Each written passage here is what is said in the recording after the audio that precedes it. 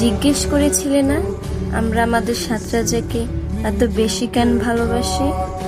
তো শোনো, সুগা ওপ্পা একবার বলেছিল জংকুক যখন খায় তখন তার পেট ভরে যায়। যখন জিমিনকে মারার হুমকি দেওয়া হয়েছিল তখন জিন ওপ্পা তার মতোই সেম ড্রেস পরেছিল, যেন হুমকি দাতার দৃষ্টি তার দিকে থাকে এবং জিমিন এর যেন কোনো ক্ষতি না হয়। অতিরিক্ত বাজে মন্তব্য পাওয়ায় জেহোক ওপ্পা বিচে থেকে সরে যাওয়ার সিদ্ধান্ত নেওয়ায় জংকুক সারা রাত কান্না করেছিল। 13 বছরে ঘর ছেড়ে আসা জংকুককে আগলে রেখেছিল বলে জিন ওপ্পা এখন তার কাছে প্রিয় মামা বার্ড।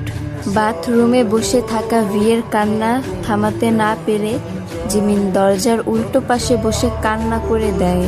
জিমিন তার মাইক ঢেকে রেখেছিল কারণ মাইকটি স্বর্ণের ছিল আর স্বর্ণ ছেলেদের জন্য হারাম, তাই 6 ভাইদের নানান জ্বালা সহ্য করে ভাইদের জন্য নিজেকে বিলিয়ে দেওয়ার নামই কিম নামজুন। একটি কনসার্ট মুসলিম আর্মিদের জন্য কিছুক্ষণ কনসার্ট অফ রেখেছিল যেন তারা নামাজ পড়তে পারে।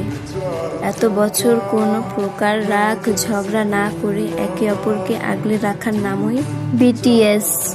শুধু এগুলো নয়, আরো অনেকই কারণ আছে তাদেরকে এত বেশি ভালোবাসার।